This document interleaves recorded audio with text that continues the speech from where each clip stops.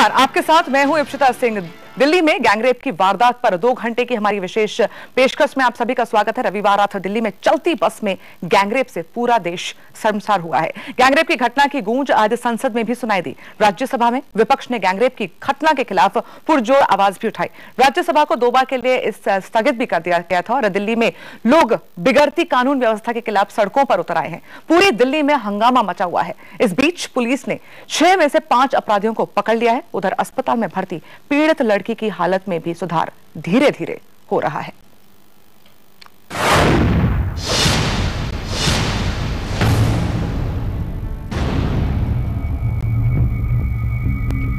और कितने प्रूफ इस सरकार को चाहिए, इस देश को चाहिए कि यहाँ की महिलाएं सुरक्षित नहीं हैं। ये हमारी ये देश में इस तरह लड़कियों के साथ अत्याचार होता रहा है, क्यों हो रहा है? हम नहीं सहेंगे, इस अत्याचार का बदला लेकर रहेंगे। 8 साढ़े 8 बजे अगर दिल्ली में लड़कियां नहीं निकल सकती है तो क्या हमारी व्यवस्था करी और क्या पुलिस कर रही है? दिल्ली पुलिस की गिरफ्त में है दिल्ली का दरिंदा। अगर इसी शख्स ने दिल्ली के वसंत विहार में बलात्कार की वारदात को अंजाम दिया है तो इसे क्या सजा होनी चाहिए? वो फांसी के लायक ही हैं, क्योंकि वो अपनी माँ बहन को अगर वो सम्मान नहीं दे सकते तो वो तो जरूर फांसी के लायक ही होना चाहिए। सजा तो आज तक मैंने सुनी नहीं कि कभी किसी को मिलती है, बट मुझे तो लगता है कि उनको फांसी पे ही चढ़ा देना चाहिए। जनता ने अपना फैसला सुना दिया है। बलात्कार की सजा फांसी होनी चाहिए। क्या सरकार जनता की आवाज सुन रही है? दिल्ली गुस्से में है।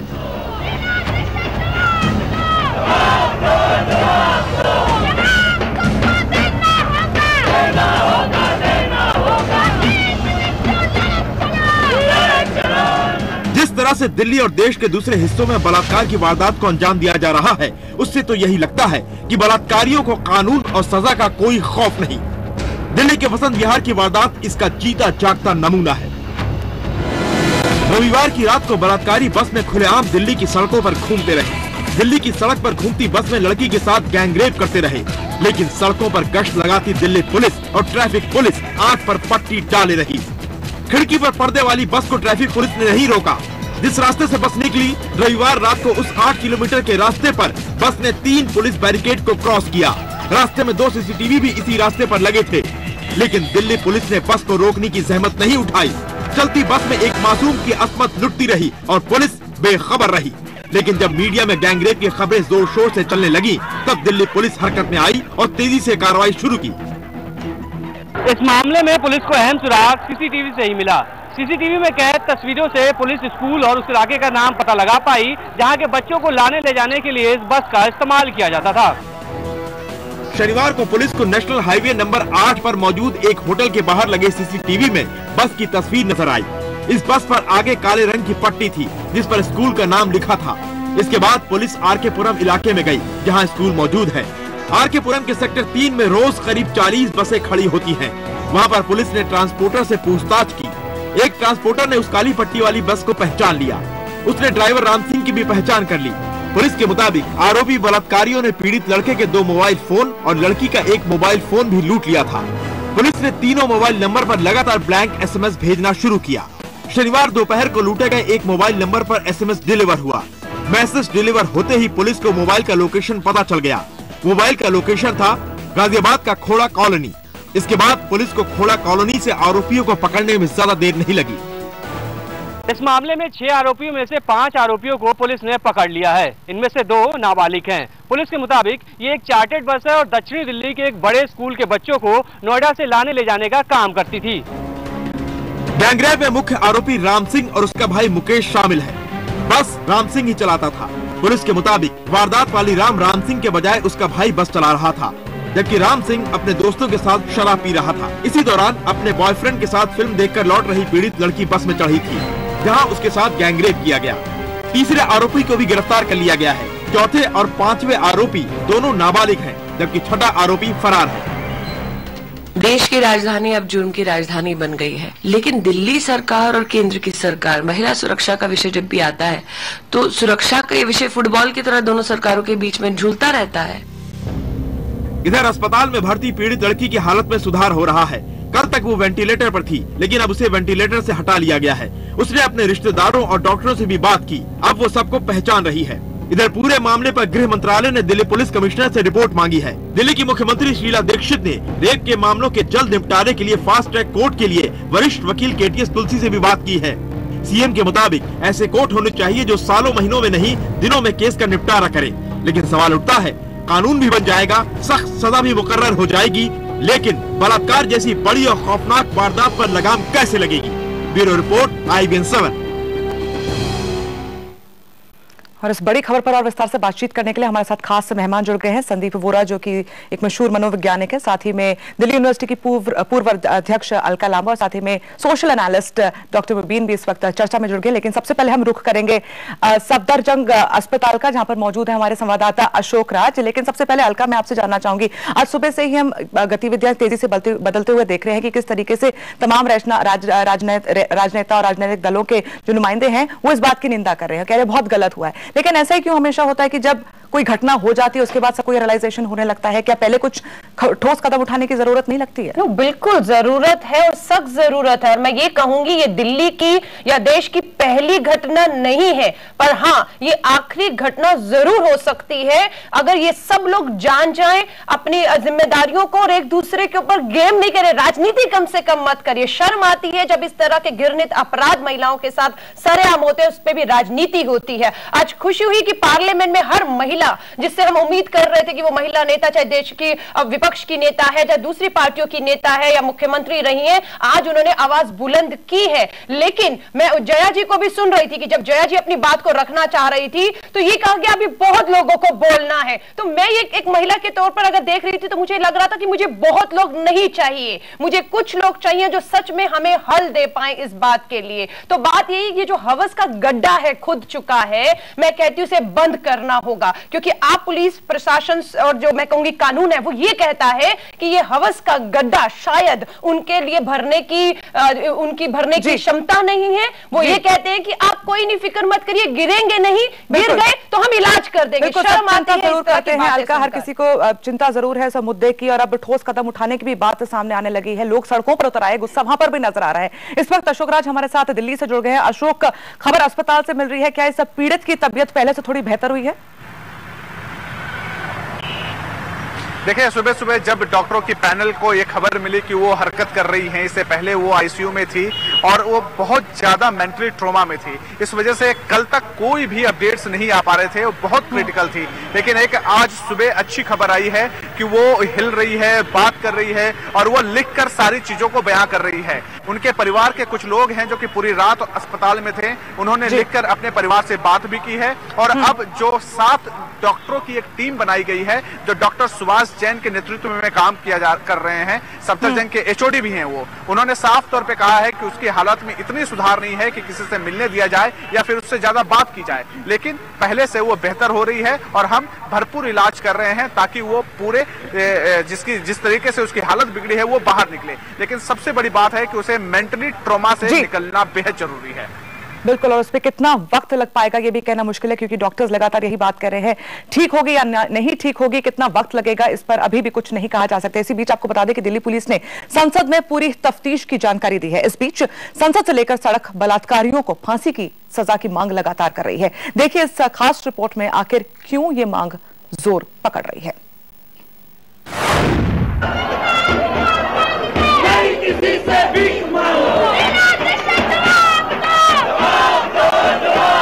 वो फांसी के लायक ही हैं, उनको फांसी पे ही चढ़ा देना चाहिए।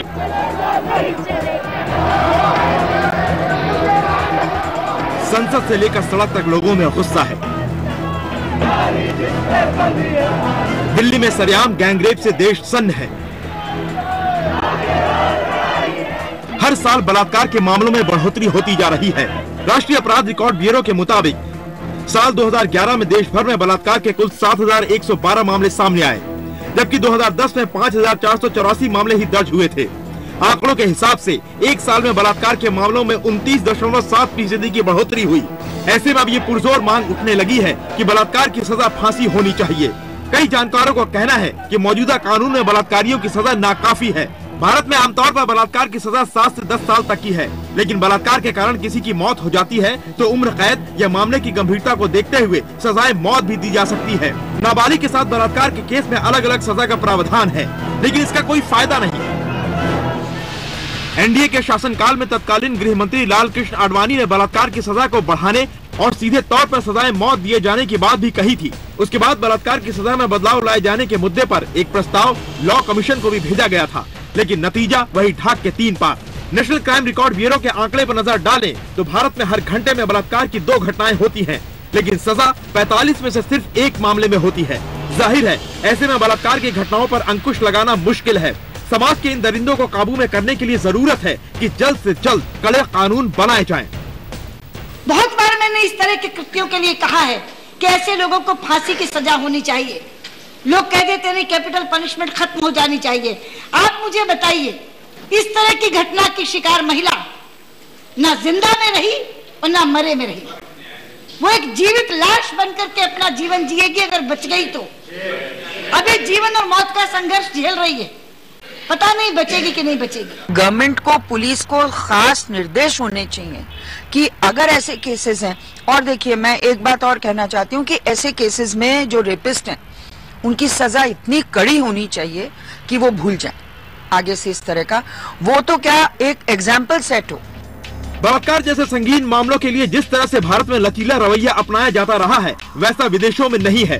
कई देशों में बलात्कार के अपराध के लिए कड़ी सजा का प्रावधान है। मसलन ऑस्ट्रेलिया में उम्र कैद, ब्रिटेन में उम्र कैद, जबकि सऊदी अरब में सिर कलम करने की सजा का प्रावधान है। ऐसे में सवाल ये कि क्या बलात्कार के लिए भारत में भी सख्त कानून नहीं बनना चाहिए? बलात्कारियों को फांसी या उम्र कैद की सजा नहीं मिलनी चाहिए? बलात्कार के मामले में पीड़ित को जल्द इंसाफ मिल सके, इसके लिए कानून में बदलाव नहीं किया जाना चाहिए? Bureau report, IBN 7। और इस चर्चा में इस वक्त हमारे साथ खास मेहमान रंजना कुमारी जी भी जुड़ गई हैं। रंजना जी, आपसे जानना चाहेंगे, जिस तरीके से अब आवाज उठने लगी है, चाहे वो सड़क पर उतरे प्रदर्शनकारी हो, चाहे वो संसद भवन हो, या फिर दिल्ली पुलिस की जांच पड़ताल पर उनकी लापरवाही पर सवाल उठ रहे हो, क्या लगता है आने वाले वक्त में इसमें कार्रवाई तेजी से आगे बढ़ पाएगी? क्योंकि इन्वेस्टिगेशन अभी भी उतनी तेजी से नहीं बढ़ रहा है जितना कि बढ़ना चाहिए था।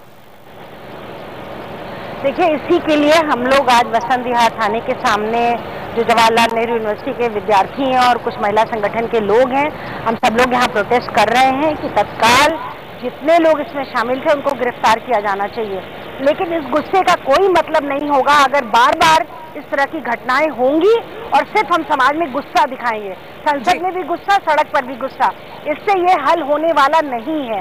बार बार हम लोग कह रहे हैं कि 40,000 से ज्यादा मामले रेप के अलग अलग देश की न्यायालयों में लंबित हैं। आखिर उन लोगों को न्याय कब मिलेगा? अगर न्याय व्यवस्था को पूरा होने में 7 साल से 9 साल का समय लगेगा, तो फिर एक बलात्कारी को किस तरह से आप सजा देंगे? सजा चाहे कोई भी हो, लेकिन अगर सजा दी ही नहीं जाएगी तो लोगों का मन नहीं बढ़ेगा। आज वही हो रहा है। यहाँ पे मैं आपसे जानना चाहूंगी कि वरिष्ठ वकील है, मानते हैं कि कानून है, पूरे तरीके से नियम है, लेकिन जो देरी होती है और जो विलंब होता है वो इन्वेस्टिगेशन में होता है और वो जिम्मेदारी पुलिस को दे दी जाती है। ऐसे में इस केस में आपके पास एक आई विटनेस है जो कि इस लड़की का दोस्त था, आपके पास पूरे सबूत पुलिस दावा कर रही है कि उन्होंने इकट्ठा कर लिया है, फॉरेंसिक टीम बस तक पहुंच चुकी है। क्या ऐसे में इस इन्वेस्टिगेशन में भी कोई दिक्कत आएगी ताकि इस जितने भी इसमें आरोपी हैं उनको जल्द से जल्द सजा हो?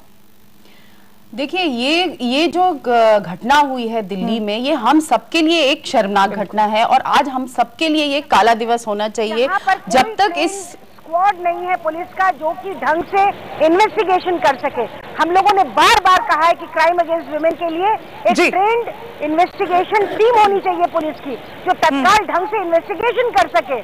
फोरेंसिक लैब नहीं है, पुलिस पर्सनल नहीं है, महिला पुलिस लेकिन नहीं हमेशा ऐसे मुद्दे जब आते हैं रंजना जी, हमेशा ये मांग की जाती है कि लड़कियों को ट्रेन किया जाए ताकि वो अपने आप को प्रोटेक्ट कर सके, ताकि वो अपने आप को अपनी जान बचा सके, उनमें डर नहीं होना चाहिए, खौफ नहीं होना चाहिए। लेकिन किस तरीके के समाज में हम जा रहे हैं कि इस समाज में भी हमको लगता नहीं है कि हम महफूज हैं। देखिए, आप जब दरिंदों को खुला छोड़ देंगे, उनके मन में कानून और पुलिस का भय नहीं होगा, तो फिर आप लड़कियों को कुछ भी सिखा दीजिए। आप उस बस के अंदर बैठी लड़की किस तरह का सेल्फ डिफेंस कर सकती थी, आप हमें बताएं। सिवाय इसके कि उसके पास एक रिवॉल्वर होती और वो सबको शूट कर देती। इसके अलावा उसके पास कोई और चारा नहीं था सेल्फ डिफेंस का।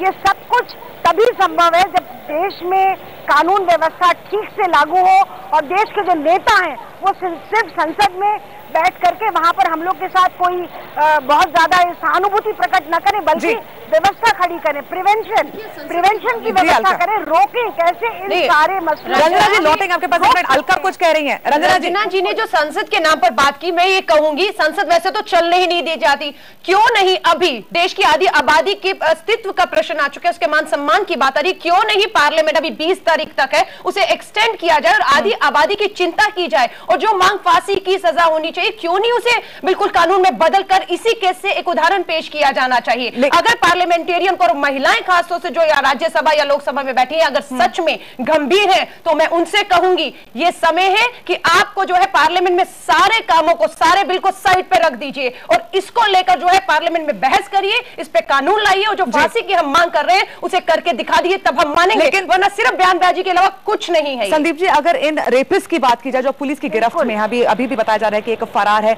ऐसे में कई ऐसे लोग हैं, चाहे वो ड्राइवर हो बस का, सालों से बस चला रहा है, उसमें एक सब्जी वाला है, क्या इनकी वाकई साइकोलॉजी जो थी वो अब अल्कोहल के नशे में आकर वो इस तरीके की घिनौनी हरकत पर उतर आए हैं, या फिर पहले से उनके दिमाग में कुछ ऐसा रहा होगा जो बाकायदा इन दो बच्चों को, इस लड़की को, उसके दोस्त को बस में बिठाया और उसके बाद चलती बस में उनके साथ गैंगरेप हुआ? देखिए, एग्जैक्ट एनालिसिस तो इनकी जो पर्सनैलिटी है, जो प्रोफाइल्स जब तक हमारे पास नहीं आती हम नहीं कर सकते, बट अधिकतर देखा जाता है कि आपके अंदर कहीं ना कहीं अंदर से फ्रस्ट्रेशन, आक्रोश, या हम ये कहें बहुत ज्यादा एग्रेसिव नेचर, या औरतों के लिए रिस्पेक्ट की बजाय बहुत ज्यादा घृणा होना, या बचपन में इस तरह की कुछ चीजें देखना कि आपको लगना कि औरत एक ऑब्जेक्ट है किसी भी तरीके की ग्रेटिफिकेशन का, साथ ही साथ कानून का खौफ ना होना, या एक इस तरीके का व्यवहार रखना कि मैं कुछ भी कर लूं, मुझे कोई कुछ कर नहीं सकता। इन सब चीजों के साथ आपके साथ अगर एक आपका मेंटल प्रोसेसिंग ऐसी चल रही है और आपके साथ एक आपराधिक प्रवृत्ति का आदमी मिल जाता है, तो वो फिर मिलकर इस तरह का एक गैंग बन जाता है, और फिर उनको साथ में नशा हो तो वो ब्रेन बिल्कुल ही एक क्रिमिनल से भी करके, जिस तरह से इसको लड़की के साथ इन्होंने मारपीट भी की है, तो एक वैशी दरिंदे से कम नहीं हो सकते। बिल्कुल बिल्कुल, इस पर हमारी आगे भी विस्तार से बातचीत जारी है कि बेहद गंभीर मुद्दा है, लगातार हमारी नजर इस बड़ी खबर पर बनी हुई है, लेकिन इस बीच जो एक अच्छी खबर वो आई है कि इस पीड़ित की जो हालत है, डॉक्टर्स बता रहे हैं कि पहले से धीरे धीरे इंप्रूवमेंट है, पहले से बेहतर हुई है। उस पर भी हम विस्तार से बात करेंगे, लेकिन फिलहाल रुकना होगा एक छोटे से ब्रेक के लिए।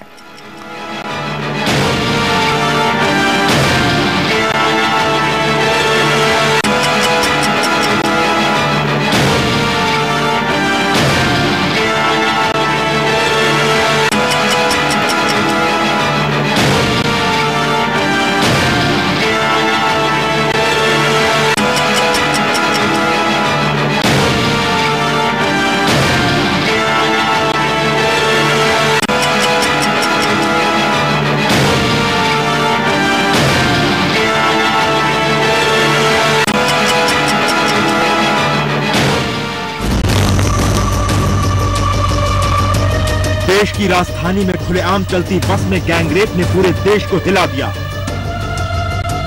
दोपहर 2:30 बजे दिल्ली में क्यों बढ़ रही है रेप की वारदात, आखिर कैसे? तो बलात्कारियों ने दिल्ली के इस पीड़ित लड़की के साथ न केवल बलात्कार किया बल्कि उसको बर्बर तरीके से मारा पीटा भी। डॉक्टर्स के मुताबिक लड़की को जिस तरीके से नुकसान पहुंचाया गया है उससे लगता है कि बलात्कारी साइकोपैथ थे। 23 साल की पीड़ित का इलाज कर रहे डॉक्टर्स का कहना है कि लड़की को गंभीर जख्म दिए गए हैं, उसके पेट पर भारी चीज से वार किया गया है जिससे उसकी आंतों को काफी नुकसान पहुंचा है। डॉक्टर्स के मुताबिक इस तरह का जघन्य अपराध वही कर सकता है जो कि बहुत आक्रामक हो और जिसकी मनोदशा कुंठित हो। आक्रामक और कुंठित मनोदशा वाला ये ऐसा अपराध ही अंजाम दे सकता है।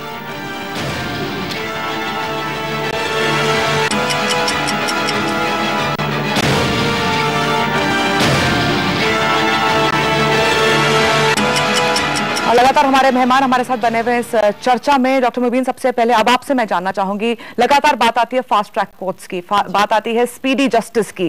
क्या वजह लगती है आपको कि अभी तक कुछ ऐसे मामले पेंडिंग पड़े हैं जहां पर आरोपियों को, बलात्कारियों को अभी तक सजा नहीं मिल पाई है? देखिए, जस्टिस का मामला है, ये सेकेंडरी होता है, लेकिन जो सबसे बड़ी हमारे लिए फिक्र का मकाम है वो ये है कि इस तरह का जघन्य अपराध करने की हिम्मत लोग करते हैं, तो कहीं ना कहीं जैसे हमने आगे भी डिस्कस अभी कर रहे थे इस प्रोग्राम में कि जो एक खौफ है कानून के प्रति, कानून का जो खौफ है वो लोगों में बिल्कुल नहीं है। उनको लगता है कि वो इस तरह का काम करके वो छूट जाएंगे और कुछ, लेकिन मुझे लगता है कि यहाँ पे हमारा समाज एक बहुत इंपॉर्टेंट रोल प्ले कर सकता है जब हम ऐसे परिवारों का, ऐसे लोगों का सामाजिक बहिष्कार करें। जो लोग इनके परिवार को जानते हैं, इनके परिवार के लोग परिवार में जो महिलाएं हैं वो आगे आए और इनके खिलाफ जो है बात करें। ऐसे लोगों का सामाजिक बहिष्कार हो, इनको शादियों में ना बुलाया जाए, इनके साथ बातचीत ना की जाए। जो पहले हुक्का पानी बंद वाला जो सिस्टम था हमारे समाज का, मुझे लगता है वो हमें समाज के तौर पर हमें उसको अमल में लाना होगा। और जहां तक कानून की बात है, वाकई नाकाफी है ये कानून। और इस तरह के अपराध के लिए मुझे लगता है कि जब हम ये अपराध डिस्कस कर रहे हैं, हम इसके बारे में बात कर रहे हैं, मुझे कहीं ना कहीं ये लगता है कि वो लड़की जो उस अस्पताल में इस दशा में पड़ी, हम सब जिम्मेदार हैं इसके लिए। बिल्कुल। और जब इसके जिम्मेदार हैं, ये ना बताते हैं बिल्कुल ये अगर इसके साथ हो सकता है तो वो किसी के साथ भी हो सकता है। और हम सबका सर शर्म से झुकना चाहिए। बिल्कुल। और ऐसे में डॉक्टर मुबीन हमेशा होता है कि सरकार अपने समाज को जागरूक करती है, लेकिन यहाँ पे तो बिल्कुल विपरीत और उल्टा है। यहाँ पे तो लोगों को, समाज को, सरकार को जागरूक करने की जरूरत है कि आप लोग अपनी नींद से जागो और हमारी सुरक्षा के बारे में कुछ सोचो। इस तरह हम आगे भी विस्तार से बातचीत करेंगे, हमारे मेहमान हमारे साथ बने रहेंगे, लेकिन फिलहाल रुकेंगे एक ब्रेक के लिए। ये हमारे देश में इस तरह लड़कियों के साथ अत्याचार होता रहा है, क्यों हो रहा है? हम नहीं सहेंगे, इस अत्याचार का बदला लेकर रहेंगे।